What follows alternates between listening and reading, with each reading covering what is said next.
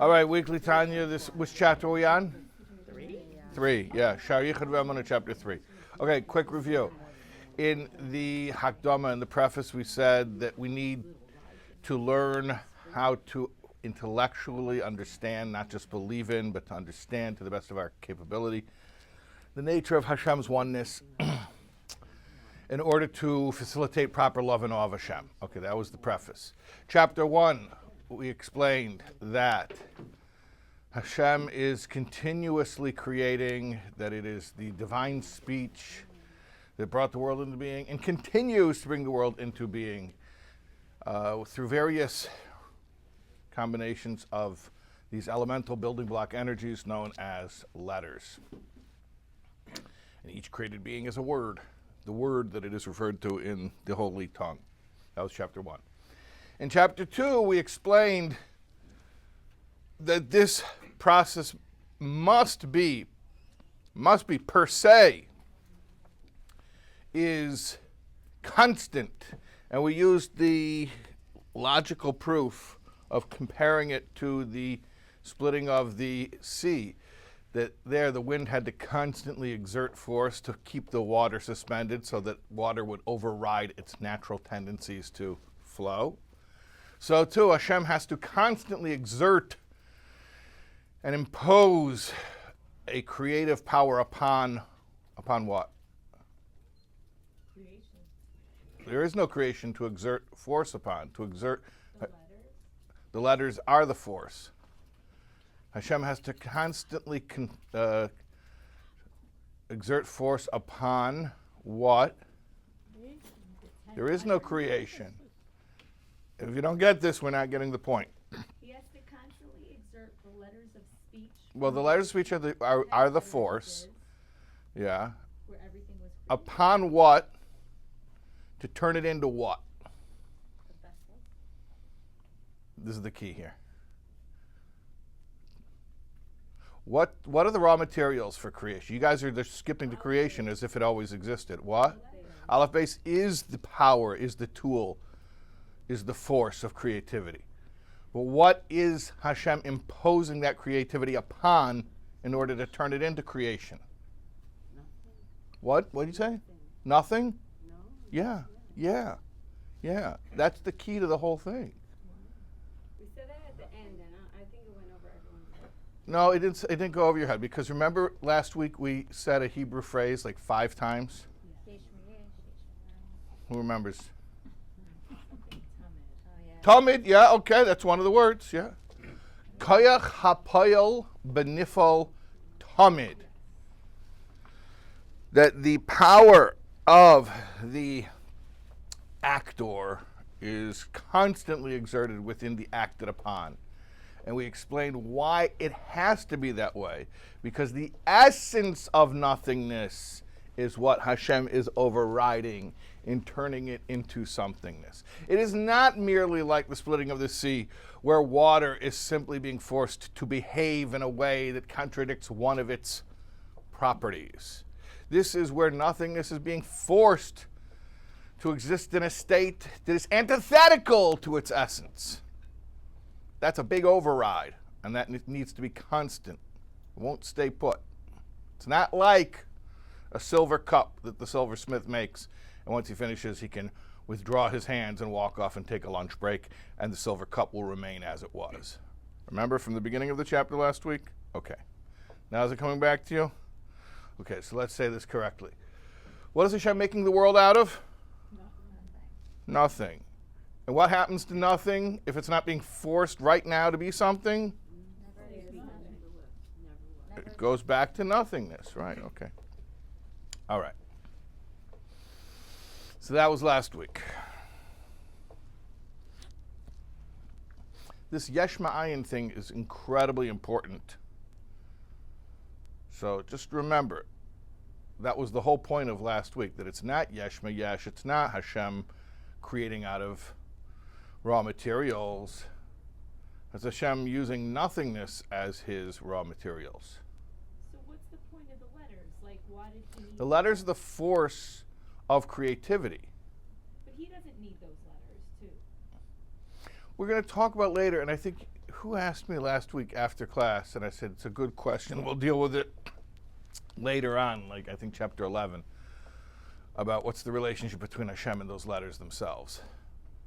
But for right now, just remember what we said at the end of chapter 1, that Hashem and Torah are one, and these letters are the letters of Torah. So the letters are Hashem for all practical purposes in this formula. And everyone just accepts this like concept of Hashem and the fact that he can create out of nothing. Like we're just like gonna move on from that and just take that at face value. Like okay. Well, no, we're not taking anything at face value, actually. We're understanding things logically. That's the whole point. That's not logical.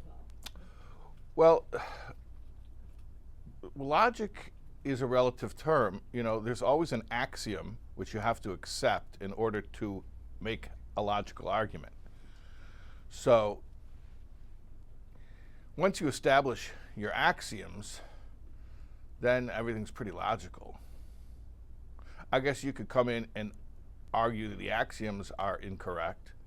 And in fact, without getting into a whole other discussion, there's a there's a sikha where the Rebbe did discuss that the fact that this logic works is only because that logic was created. Don't think that logic also is eternal. But that logic now exists because that's how Hashem created it. But I don't want to get into that whole discussion. The point is that created beings are not eternal. They're not absolute. They don't just exist because they exist. Only Hashem just exists because he exists. Does Hashem have any antecedent? Does Hashem have any previous cause? Does Hashem have any excuse or require any excuse for being? Or Hashem just is. That's just what Hashem is. Hashem is absolute existence. Right? Well, that's what distinguishes Hashem from everything else. Hashem just is. Nothing else just is. It has to have been put there. And in this case, we're explaining it's being constantly put there because of the nature of it, because it isn't just absolute existence. So therefore, in fact, it's absolute non-existence. And the fact that right now you're encountering it as a distinct, discrete, created entity is only because it's being forced to be that way right now. We got this? By a being that doesn't need to be forced. What? By a being that doesn't need to be forced. Right. Being. Only Hashem doesn't need to be forced to be. Everything else needs to be forced to be. How often does it need to be forced to be? Constant. Always, constantly, yeah. And we learned this from the wind? Well, we can logically deduce this from the wind, that the wind was only doing something, like we said, it was yesh miyesh, and it was overriding a secondary property of the water, and it had to be constant. So how much more so something that is yesh ma'ayin, something from nothing, and is overriding the very essence of nothingness? Was the Mabul Hashem's way of saying, like, showing, illustrating this? I don't know. I never saw it. I never saw that.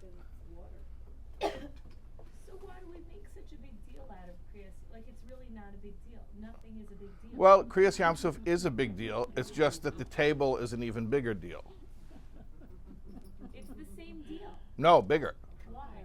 Because Kriyas Yam Suf Some of the is properties. dealing with something that's already there and just changing the way it behaves. Okay. The fact that the sea just exists is a bigger feat than moving it around and making it stand like a wall. Okay? Yeah. All right. Perek Gimel, chapter 3. VeHaEmunah achrei advarim VeHaEmes ho'eleh. After these words of truth. That's why I wanted to make sure we really were on firm footing before we continued. After these words of truth. After what words of truth? After everything we learned in chapters 1 and 2. Kol maskel al davar yoven lashure. Any intelligent person who understands things is going to understand this. Eich shekol nivra v'yesh. How every created being, who be'emes nechshav la'ayin v'afes mamish, is really nothing.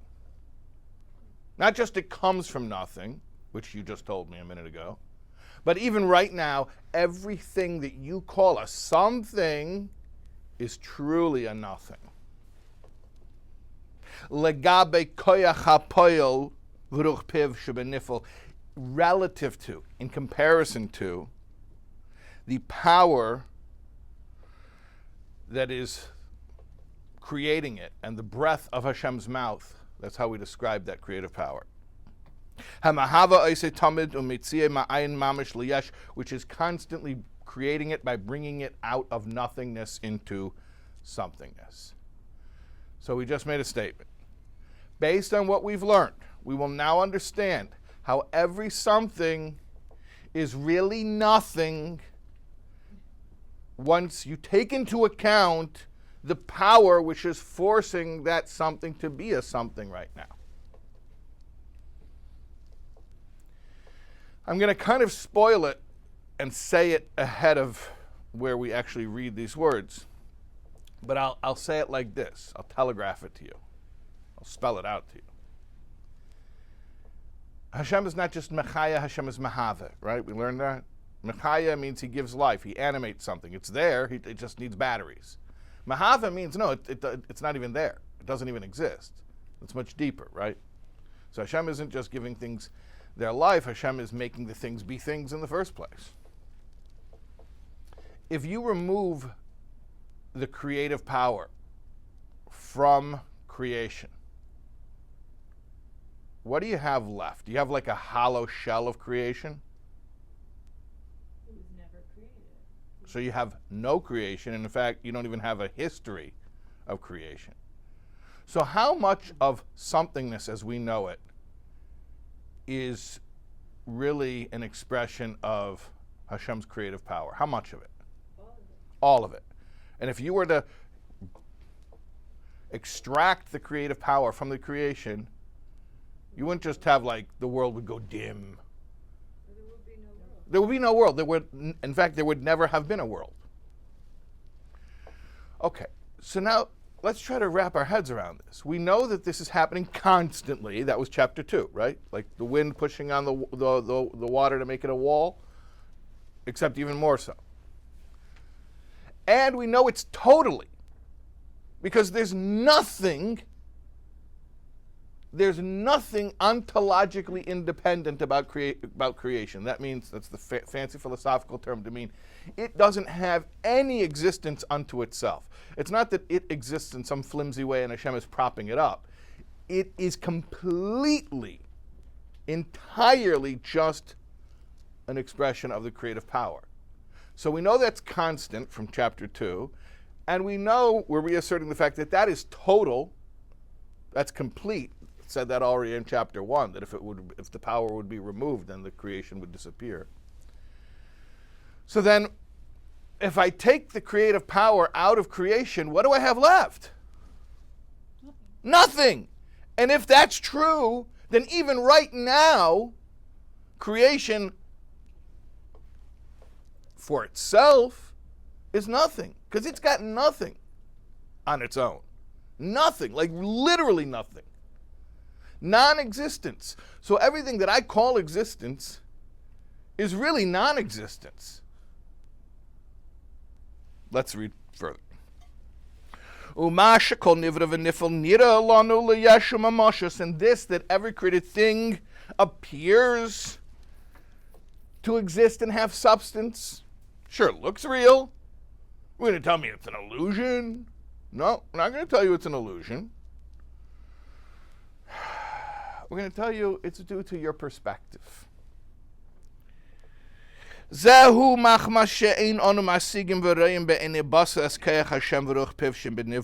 because we don't see with our fleshly eyes the godly power and the breath of his mouth, which is in that created being. Meaning we see the end result. We don't see how that end result is entirely and constantly dependent upon the creative power. And it has nothing to itself without that creative power. So since we don't see that, it looks to us like that created being has its own existence. So we're not seeing the behind the scenes. And since we don't see the behind the scenes, since we're not capable of seeing the letters of speech, which are bringing nothing into being, into somethingness. So then we see the something as if it were just there on its own. That's how it looks to us. It looks pretty solid. I'm having a hard time because this somethingness that's Yeah. really nothingness. Yeah, the somethingness that's really nothingness. Meaning to say, the somethingness that we took for granted was somethingness all our lives. Yes. The somethingness that we took for granted was somethingness all of our lives. Whenever we thought about something, Was really nothing. it was really nothing. It flips the whole thing, yeah. Yet that nothingness that became somethingness has a lot of value. Well, yeah, it does have value, so much so that the Alter Rebbe says, Chas v'shalom, every time he says, even in theory, if it would stop being created, he says, God forbid that would ever happen. Right, and we're standing on street corners putting tefillin onto these something. Great question. Why does it matter if we do mitzvahs? If the world doesn't really exist, so what? It's all an illusion. Okay, okay. So 100%, very good. He needs the somethingness that's really nothingness Okay, to create a world so for him. so you're asking a great question, but let's just clarify. We are not implying that the world doesn't exist.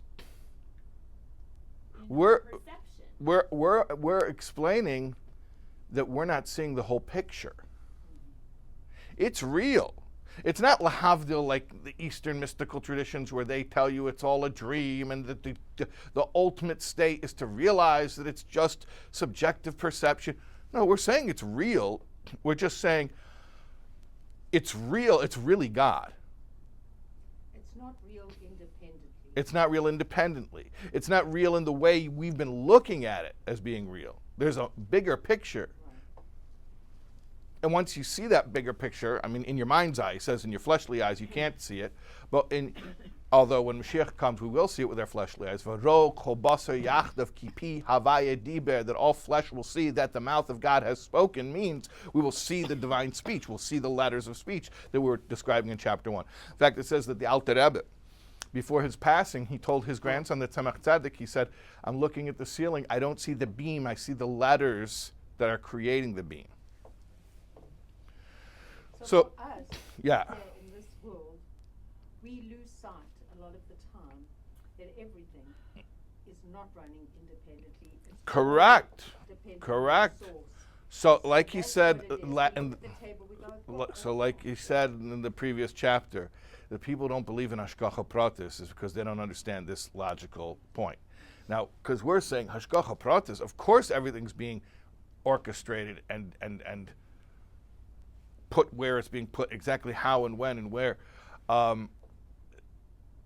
It goes much deeper than that. Hashgacha Pratis, of course, that's a given because nothing exists on its own. Nothing is just there because it's been there. Nothing has a chazaka. Nothing is there just because that's how it's been.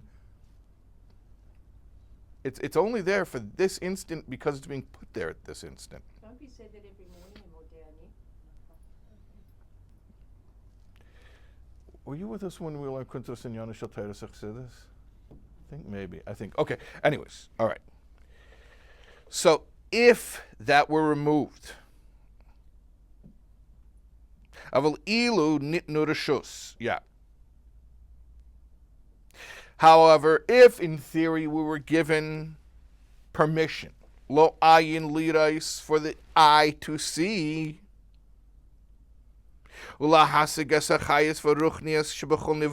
and to comprehend, to be able to identify the life force and the spiritual power that is in every single creation and makes up the entirety of every creation. If we were able to do that,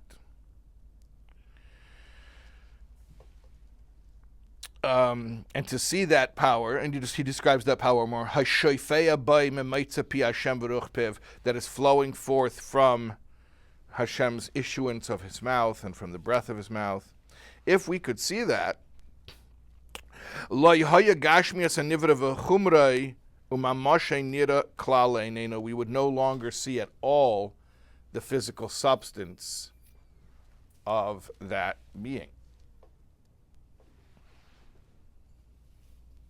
This is just a metaphor, and it falls short But imagine if instead of seeing the table as a solid table, you saw it was a bunch of atoms buzzing around. In fact, you could see the atoms were subatomic particles. And you could see the subatomic particles are made of energy. And you just see through the table. It's not that the table's not there. It's just you'd have a whole new perspective on that table. You'd see letters. You'd see the building block energies. But let me finish the sentence. You wouldn't see the physicality of that object anymore. Why? Ki hu batel b'metzios. Because it is batel b'metzios. It is nullified down to its very existence, mamish, literally, lagabi achayis v'aruchnis shabai, in comparison to the life force and the spiritual power that is in it. Now here's where he says what I told you before I gave it away. Here's where he spells it out. Because if it weren't for that spiritual power, that created thing would be nothingness. Literally the same way it was before creation. And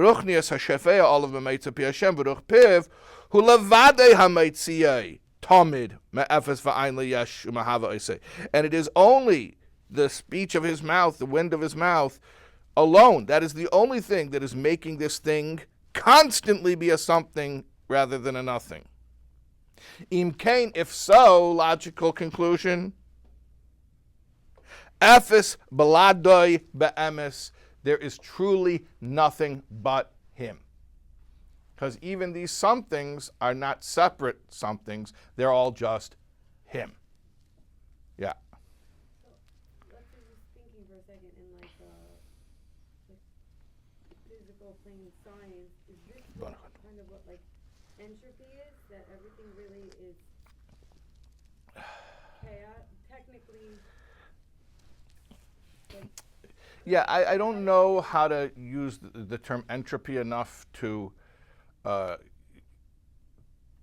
your question, but I think perhaps, yes, you could say that the idea that the world is not as solid as we would like to believe it is, as it seems to us to be. Yeah. So, okay, what we've just explained is that every something, without exception, and quite by definition, really is not an independent entity. Really, it is essentially nothingness, always was, always will be, except for the fact that Hashem is using his creative power, which we happen to know is the power called speech, to force that nothingness into a state of somethingness now. Okay. Now we're going to talk a little bit more about this weird way that we understand the nature of created reality. Like, how do we wrap our heads around this new model for what created reality is like? VeHaMashal lazehu.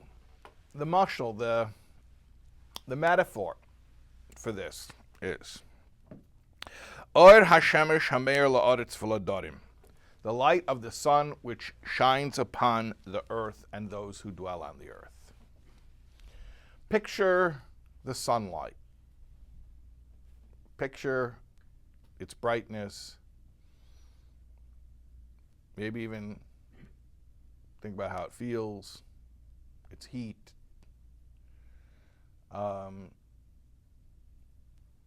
Sunlight, I mean, that's a phenomenon we're all familiar with.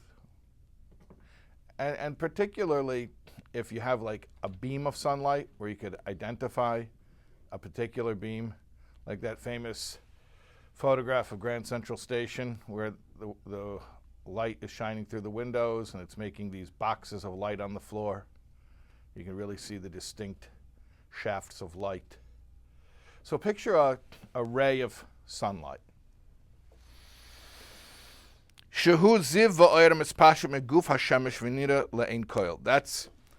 the light of the sun, which is shining forth from the actual object of the sun and is seen by all. It is shining down here onto the world, into the atmosphere.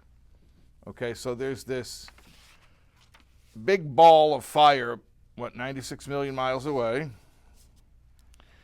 And now I'm standing outside and there's this sunbeam that's shining here on the ground.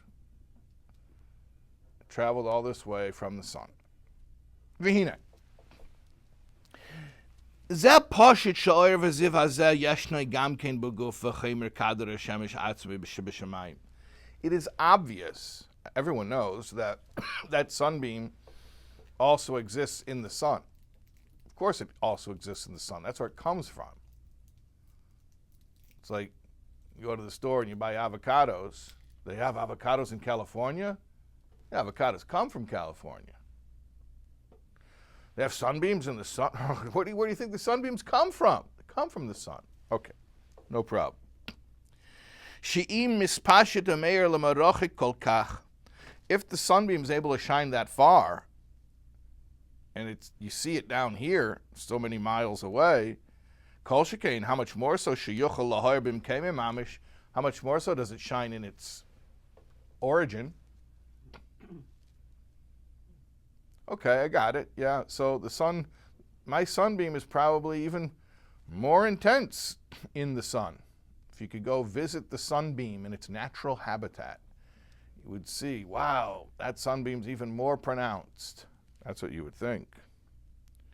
Rak, however, shesham, that there, bimkeme mamish, in its actual source, in the ball of the sun, nechshav haziv hazel ayin ve'efes mamish, that sunbeam is considered as nothingness. What do I mean? What I mean is you will no longer find your sunbeam in the sun. It will be bottled. It will be nullified. And when I say it'll be nullified, what I mean is not just that it's like a needle in a haystack, that you'll lose your sunbeam when it's mixed in with all the other sunbeams. Not even that. Much, much deeper than that. There's no such thing as a sunbeam in the sun. The phenomenon of a sunbeam is uniquely something that occurs away from the sun. In the sun, there is not yet such a concept. Now, obviously, logically, I know that if the sunbeam is bright and warm so many millions of miles away, obviously, it's got to be more so in its source, but not distinctly more so, not independently more so. I can't find my sunbeam in the sun, not because it's mixed in and lost with all the other sunbeams, but because there's no such concept of sunbeams in the sun. So it's this weird concept that there's something that only takes on an identity as it travels away from its source.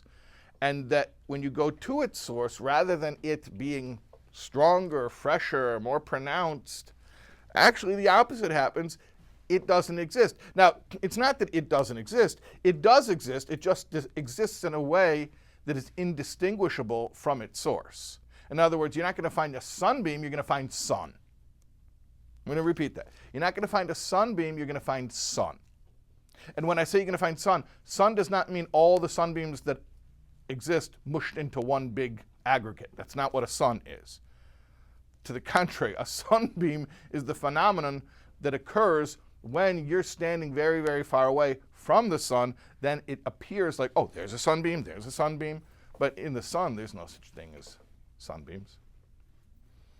So separateness is an illusion? So this separateness is an illusion. Right, that's right. So existence isn't an illusion. Existence is real because Hashem exists, and that's what existence is. It's Hashem's existence. It's the separateness of it that's the illusion. And we have to understand why we're perceiving it as such, why things do look independent. We're not crazy for seeing it that way. We're not allowed to see the source, the letters of speech, which are enlivening things. Okay, I'm giving it away too much. Let's go line by line. Okay. So in the sun, there is no sunbeam. Ki batel mamish b'metzias lagabe guf kader shemesh, because there the sunbeam is literally nullified out of existence in comparison to the globe of the sun. Shehu makir ha'or v'haziv hazeh, because the sun is the source of this light and this beam, this ray. Shaziv ha'or hazeh ein rak ha'ara me'ira meguf etzim kader shemesh, because the sunbeam, after all, is just a ray of the sun. It's not an independent entity. Rak b'chol ha'olam tachas kol ha'shamayim v'ala aretz she'en kan guf kader shemesh b'metzias. It's just that down here in the atmosphere of the earth, where the sun ball isn't present, nirakan, so here it appears ha'or v'haziv hazeh, that this light, this sunbeam, le'yesh mamish lein koil, it appears to the eye to be an identifiable existence, distinct and discrete. V'neifel olav kan shem yesh be'emes, and here it can truly be called a yesh. It can be called an existence. In the source. No, The ray. down here, the ray. The ray can be called a yesh here on earth. It's just you have to understand that that's a relative existence. The fact that you're saying, here it is, it exists. It's true. But please understand under what conditions it takes on that existence. It's only because you're not seeing the source. It's only because it has traveled from the source. Not so when the sun ray is in its source, in the sun globe. A neifel olav shem yesh klal, it cannot at all be called a yesh. Rak shem ayin ve'efes, but rather, it instead of being called by the name of a yesh, it is called by the name of a nothingness. Meaning, it's not that the sunbeam doesn't exist. It does exist, but just not as a sunbeam. Not as anything distinct from the sun. So the sunbeam, what you were calling your sunbeam, you can measure it with a light meter. You could describe with coordinates of longitude and latitude where it's shining, what angle, I'm sure a bunch of other descriptions. And then you're going to go up to the sun, you're not going to find that. That doesn't exist up there. Ki be'emes hu sham la'ayin ve'efes mamish, because truly up there, the sunbeam is nothing. Shein meir sham rak mekeider levadi. Up there, nothing shines but the source itself. Shu guf hashemesh hameir ve'efes bladai. Up there, there's nothing but the body of the sun itself and nothing else. Nothing else. So that's the metaphor. I just thought of something. If the soul is part of Hashem, that's the reason we can't see the soul. Okay, there are a lot of implications here. But okay, let's stick with just this description of Because the nature of created reality and why it appears the way that it does. Okay, because he's going to unpack this in the way that he wants to unpack it. So let's follow this. Okay. Kedavada moela mamish, literally like these words that we just said, we're going to plug in our view of reality to this metaphor. Bidmus bit kitzalmom, just like their dmus and tzelem, just like, meaning the same imagery. You could literally take the same metaphorical imagery and you could use it to understand reality. Heim kol abruyim, that is the nature of all created existence. Legabe shefa huelaki meruch piv, in comparison to the flow of godly energy that's coming forth from Hashem's mouth. Hashefei aleim mahava esam b'hu mekoidam. This power that is flowing into everything and giving it existence and is the source of every created thing. Veheim atzmam, and they, the created beings themselves, einam, they don't exist. Rak k'mei or v'ziv mispashet min hashafa v'ruch Hashem hashafea mislabish b'seichem meitziyam ma'ayin liyesh. Rather, every created being is just like light, just like a ray that is spreading forth from this creative power which is invested within it to make it be. V'lochein, therefore, logical conclusion, Haim, they, the created beings, all created beings, by definition, betelim b'metzias lagabi mekodim, are nullified out of existence compared to their source. I'm going to ask a clarifying question. A created being, compared to its source, is how many times less significant? Is there a number? The source is 1,000,000 times more significant than the created infinite. So no number. Incomparably so. Because we're not saying that without the source, the created being would be half of what we see it to be, or a tenth, or a millionth, or a trillionth. We're saying without that creative source, the created being would be nothing, zero. That's where Mashalin falls short. Okay, we're gonna talk about that. We're gonna talk about that.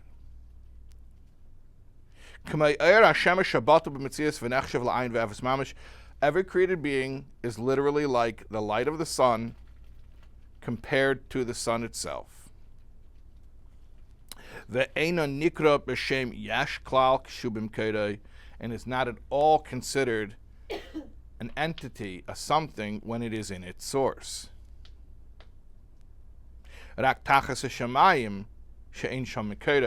Only under the heavens, meaning down here on earth, does it take on this relative somethingness, because its source isn't there.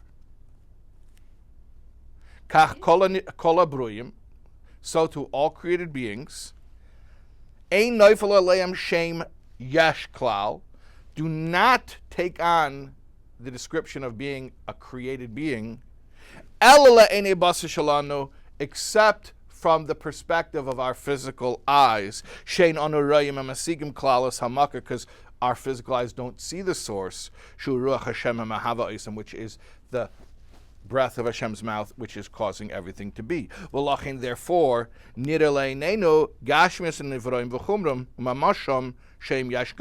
we see the created entities as being physical, and they seem like they really exist on their own. Just like the sun ray appears to be an entity unto itself, or at least something you could describe, you can identify. You know that it, okay, let me explain. The sun ray, you know that it has to come from a sun. You know that. You know if you'll trace it to its source, it'll come from the sun. But you still think of it as being a something. There's the sun ray. Well, then when you trace it back, you realize, no, not only do the sun rays come from the sun, there really is no such thing as a sun ray, except from this perspective. So too, what we're saying is, we know that everything comes from Hashem. Of course, nothing made itself. But what we're saying is, no, it's not just that everything ultimately comes from Hashem. We're saying ultimately there is nothing but Hashem. And the fact that created beings appear to have their own existence is really a phenomenon which is a subjective experience that will occur when you can't see the letters that are enlivening created beings at every single second. So what if you see the letters? If you choose to see the letters? Well, if you were to see the letters, then you would see the letters and not the thing. Instead of what we see, the thing and not the letters. Okay. So he's used this this metaphor of the sun and the sun ray to help us understand how our view of reality, how it comes into being. And it's really just this perspective we have because we don't see the source. All right. So we know the source is there. You know the sunset. Okay, let's see what he says.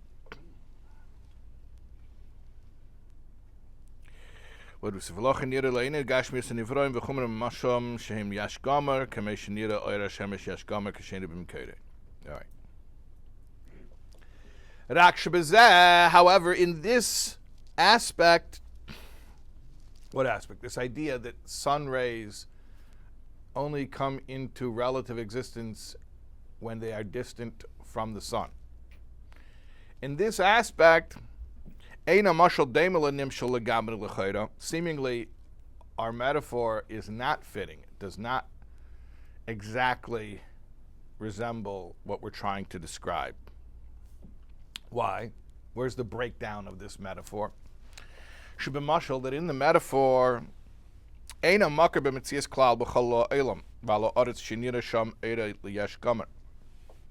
the sun really isn't present on the earth, where the sun ray appears to take on its own existence. Meaning the sun really is many, many, many miles away from the earth.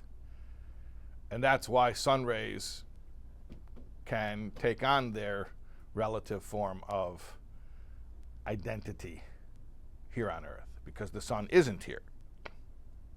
Masha'enke, not so, however, kol habriyim, all the created beings, heim b'mkeram tamid. They are always in their source. What does it mean that things are far from their source? Far from their source, where is Hashem not present? The source is Hashem. So Hashem is everywhere.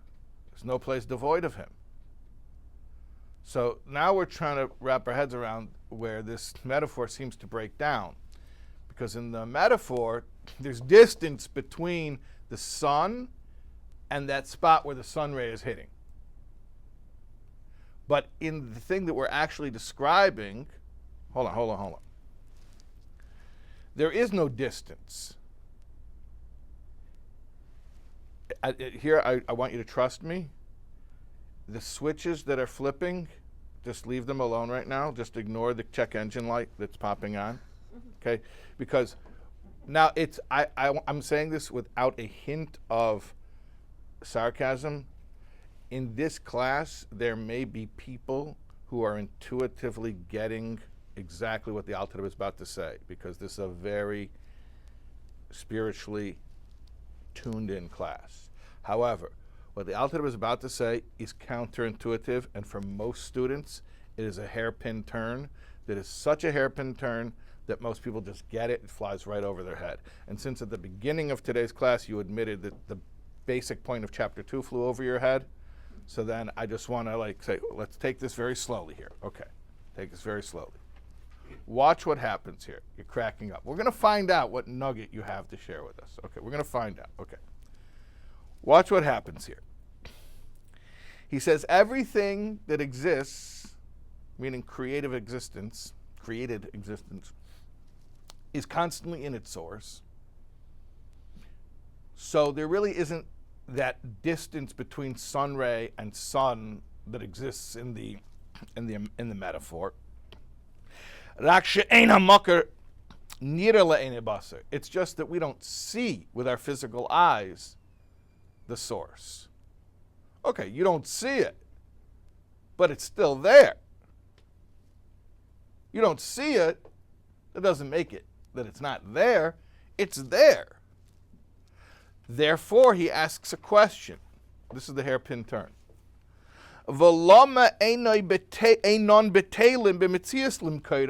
Then how come created beings aren't totally nullified out of their existence within their source? The question the Alter Rebbe asks here, he doesn't say, how can we say that everything is really nothingness on its own and that there's nothing but Hashem's speech? How can we say that? How can we make that assertion? That's not the question he asks. The question he asks is quite the opposite. He says, how could it be that creation isn't nullified? In other words, I'm 100% sure at this point that it's all Hashem's speech and that it's constant and that it's total. That's 100% clear. What I can't figure out is why creation exists. You understand? It's an inversion of the way that maybe we would have asked this question if we hadn't gotten to this point yet. We might say, how can you say that everything is just divine speech constantly being spoken? We're not saying that. We're saying, of course it's divine speech constantly being spoken. What we're asking is, hey, how come the phenomenon of physical existence even exists? It's weird that it even exists. It shouldn't exist. It shouldn't exist. We really shouldn't be able to perceive any entity other than the letters of speech that are constantly flowing into everything and upon which everything is entirely dependent. That's if we believe that mushal. Whether you believe it or not. Why? We could. This is the reality. Why? No, he says the ray gets swallowed up into the sun. Yeah. It becomes sunness, right? Yeah, so everything is like the ray within the sun at all times. But maybe it's not. So what I'm telling you is at this point, our question, the axiom is already that this is how it is, and we're based on that axiom, we need to use our logic. Look, there's a certain basis of faith that we have when we begin this discussion, and there's a certain goal of faith that we're trying to reach when we temporarily conclude the conversation. We never completely conclude the conversation because we always come back to it and learn it on deeper levels. But in between the certain suppositions and the conclusions, there's a lot of logic.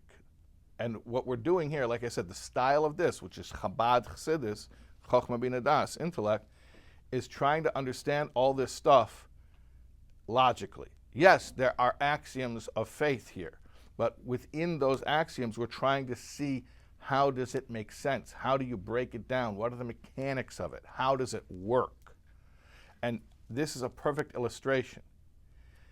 The Alter Rebbe is asking an intelligent question, a logical question, but it's a very specific logical question. He's not going back and questioning the axiom. He's not going back and questioning the premise. He's not going back and saying, maybe it really does have its own existence to some extent. No, we know it doesn't. But we're still left with a question. We have to reconcile the conflict somehow, but the way that we're coming at it now, you understand what's happening? This is brain surgery. You understand the effect that this is having on your mind? So, well, what I'm telling you is just the fact that you're hearing these questions being asked is subtly getting into your brain and changing how you think. It's rewiring your thinking. We're asking a question based on the fact that we have a parable that's now not working with our reality. Correct. So you're saying, well, maybe let's go back and get a new parable. Exactly. And that's my point to you, that we're not going back and getting rid of the parable. There's nothing in the physical world will be able to be a parable. Follow what I'm saying. This is not learning. This is it's a thinking, it's a thought therapy. It cures and heals human brains so that they can be more spiritually healthy. So don't even worry right now whether or not, this is not high school, you're not taking a test.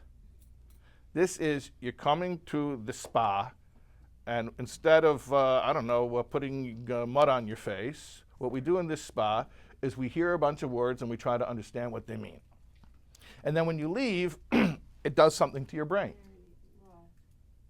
So just the fact that you heard this question asked the way that it's asked has an effect on your brain and will change the way that you begin processing reality, as you know. Does the Alter Rebbe have an answer for this question? Let me just, yes, there is an answer. Well, one second. Let me read the last sentence of the chapter, because there's one more sentence in the chapter. You understand the question? Yes. Let's repeat the question. Do we even exist? No. Why do we see things as existing when we know they don't? Why do we see sun rays when we know the sun's right here? Explain it. So funny. That's Okay. but we said, that's what our eyes pick up.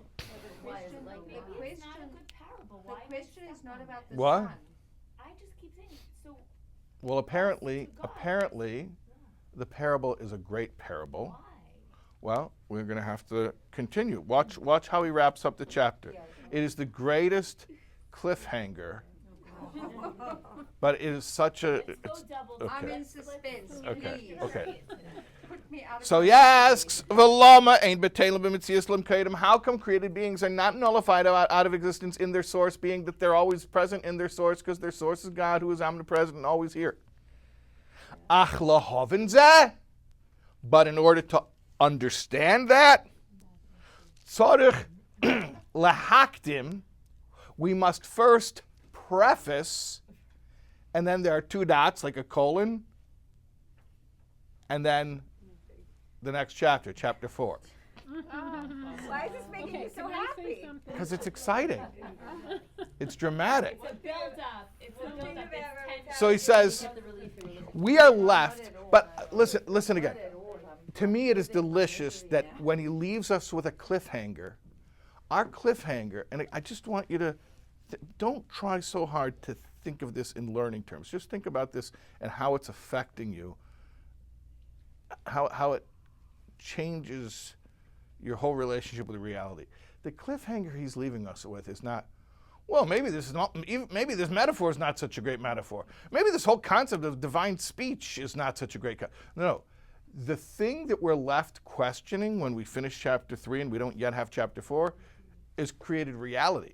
The thing we walk out the door and we're like, this thing really requires an explanation.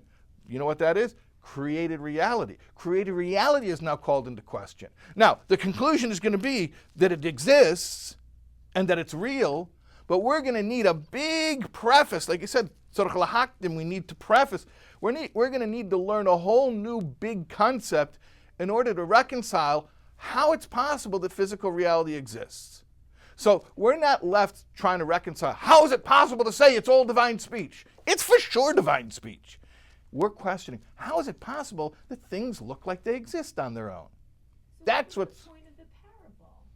If we're not. Well, once you learn the piece that chapter 4 is going to teach you, you'll go back and realize the parable's a great parable.